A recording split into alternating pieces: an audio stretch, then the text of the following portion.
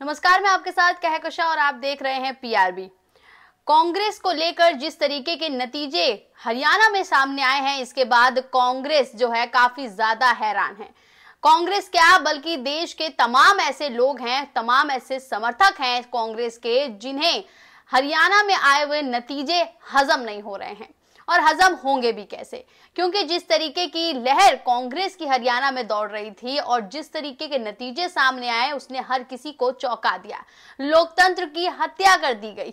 जिस तरीके से ईवीएम में गड़बड़ी के जो मसले हैं, जो वीडियोस हैं, वो सामने आए, इसके बाद कांग्रेस भी अलर्ट मोड में है। कांग्रेस ने बीते दिन एक मीटिंग रखी थी, मल्लिकार्जुन खड़गे के घर पे ये मीटिंग बुलाई गई थी और इस मीटिंग में कांग्रेस के तमाम बड़े चेहरे जो हैं वो मौजूद हुए थे।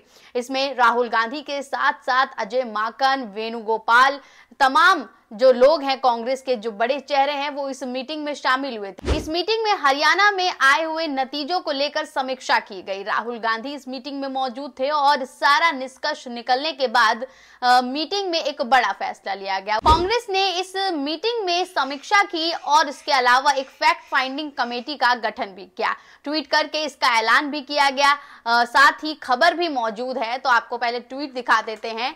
देख लीजिए, ट्वीट में लिखा हुआ है कि big breaking, Congress party to fact a finding committee to review Haryana defeat. The committee will work independently and report directly to high command. They will speak to every candidate and concerned leaders. High command in action mode. High command action mode में नजर आ रहे हैं और इस tweet में भी कुछ ऐसा ही लिखा हुआ है। अब आपको खबर पे भी रूबरू करा देते हैं और खबर में देख लीजिए, लिखा हुआ है, अमर उजाला की खबर है कि हरियाणा की हार पर कांग्रेस में मंथन, फैक्ट फाइंडिंग कमेटी गठित करने का किया फैसला।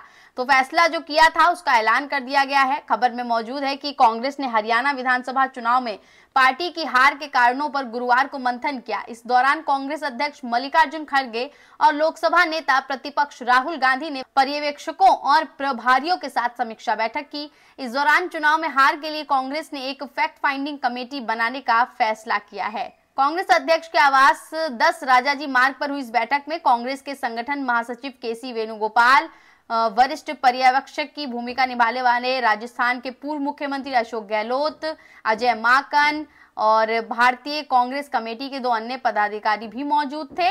प्रभारी दीपक बाबरिया बैठक में वीडियो कॉन्फ्रेंसिंग के जरिए जुड़े थे।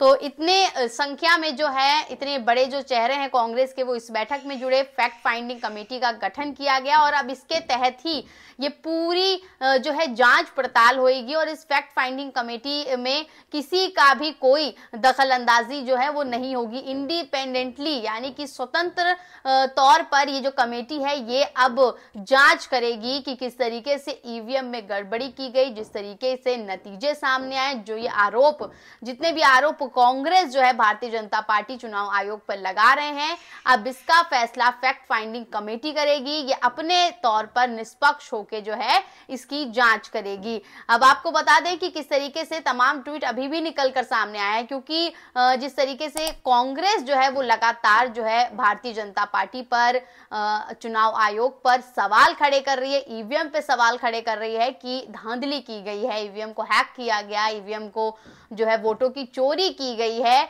ऐसे में देख लीजिए कई ट्वीट और निकलकर सामने आए हैं जो ये पेश कर रहे हैं कि वाकई ईवीएम में कोई गड़बड़ी थी।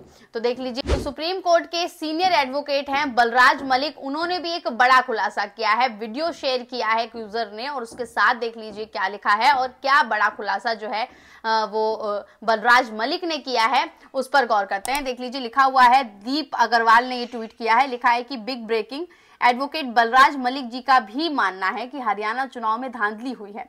ये जनता का मैंडेट हो ही नहीं सकता, क्योंकि जब प्रधानमंत्री मोदी की रैलियों में भीड़ नहीं थी, कुर्सियां खाली थी, तब ऐसा मैंडेट कैसे आ सकता है। नायाब सिंह सैनी का बयान देना कि हमने सब जुगाड़ कर रखा है कि धांधली हुई है। ऐसी सरकार के खिलाफ हरियाणा वासियों को खड़ा हो जाना चाहिए। क्या हरियाणा वासी ऐसा करेंगे?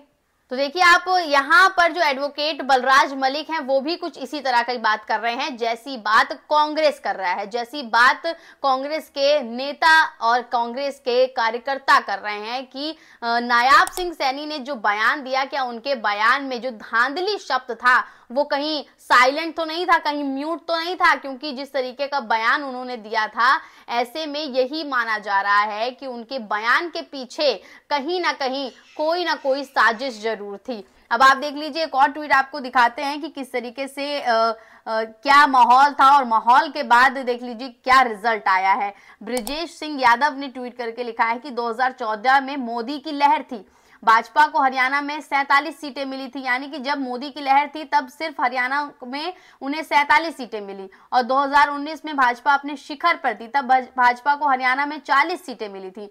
और जब कोई ये कहने वाला नहीं था कि भाजपा बहुमत के आसपास भी है, जब एक तरफा लोग भाजपा को हराने के लिए वोट कर रहे थे, जब पूरे प्रदेश में भाजपा के प्रति गुस्सा था, जब भाजपा को खुद सिर्फ हार का भरोसा था, तब भाजपा को 48 सीटें मिल गई हैं, 2014 और 2019 से भी ज्यादा। तो क्या चुनावी हार जीत में जनता के मत का कोई मतलब नहीं रह गया है? तो यहां देख लीजिए, इन्होंने तो पूरा गणित समझा दिया कि जब मोदी जी की लहर थी 2014 में, तब 47 सीटें मिली थी। 2019 में जब मोदी जी शिखर पे थे, जब भारतीय जनता पार्टी को लोग हर तरफ उनका बोलबाला था, तब भी जो है 2019 में तब उन्हें 40 सीटें मिली थी। तो जब दो बार यानी कि 2014 और 2019 में जब मोदी जी का बोलबाला हुआ करता था, तब उन्हें 40 और 47 सीटें मिली मात्र। लेकिन जब मोदी जी को हराने के लिए सब लग गए, जब मोदी जी की रैलियां जो है वो फेल हुई, जब मोदी जी की रैलियों में भीड़ एकत्रित नहीं हुई, जब मोदी जी को कोई सुनना नहीं पसंद कर रहा था, तब देख लीजिए हरियाणा में किस तरीके के नतीजे आए। तब हरियाणा में देख लीजिए मोदी जी को 48 सीटें मिल गई हैं। तो 48 सीटें उन्हें तब मिली हैं जब उनका जो हाइप हुआ करती थी वो इतनी नीचे आ गई है, तब उन्हें 48 सीटें मिल रही हैं। तो यहां से ही आप समझ सकते हैं कि कुछ गड़बड़ घोटाला जरूर है। अब क्या गड़बड़ घोटाला है, ये तो चुनाव आयोग जब जांच करेगा, निष्पक्ष जांच होगी, उसके बाद ही पता चलेगा। आपको बता दें कि किस तरीके से जो वोट फॉर डेमोक्रेसी के फाउंडर हैं डॉक्टर प्यारे लाल गर्ग, हरियाणा चुनाव पर उन्होंने भी एक सनसनीखेज खुलासा किया है। देख लीजिए, ट्वीट है, लिखा है कि very shocking, vote for democracy के फाउंडर डॉक्टर प्यारे लाल गर्ग जी का हरियाणा चुनाव पर सनसनीखेज खुलासा। 2024 लोकसभा चुनाव की तरह ही हरियाणा चुनाव में भी भारी धांधली। 5 तारीख को चुनाव आयोग की वेबसाइट पर वोटिंग डेटा 61.19% था, और नायाब सिंह सैनी के बोलने के बाद कि हमने सब व्यवस्था कर ली है के बाद वोटिंग डेटा 67.9 हो गया।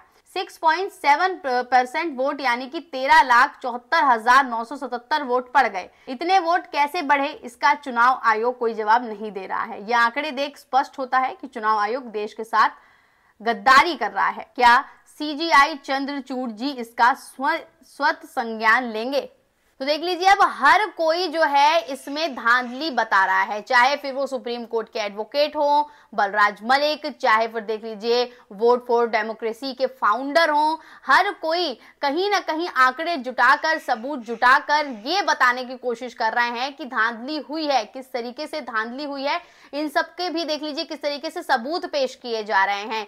अब लेकिन कांग्रेस जो है वो पीछे हटने वाली नहीं है, क्योंकि कांग्रेस ने जो कमेटी गठन किया है, उस कमेटी में अब देख लीजिए आप किस तरीके से निष्पक्ष जांच होगी, क्योंकि चुनाव आयोग को तो शिकायतें कई बार दे दी हैं कांग्रेस की तरफ से, और चुनाव आयोग जो है वो इस पर सिर्फ बातें बना रहा है। सिर्फ उनका कहना है कि हम इस पर जांच करेंगे और जांच के बाद बात होगी, लेकिन जांच कब की जाएगी, किस तरीके से की जाएगी, इस पर अभी तक कोई बातचीत नहीं हो रही है।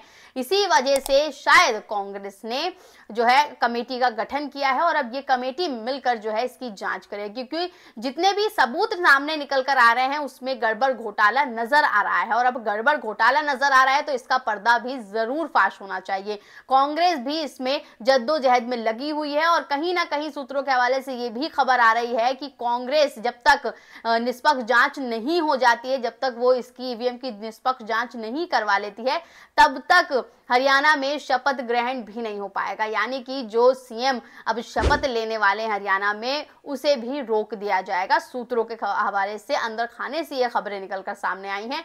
क्या कुछ होता है, कांग्रेस अब इस पर और क्या क्या नया जो है जांच करती है, ये देखना काफी अहम होगा। बाकी आपकी इस पूरी वीडियो पे क्या राय है, हमें कमेंट के जरिए जरूर बताएं, और ऐसी तमाम खबरों के लिए बने रहें पीआरबी के साथ। धन्यवाद।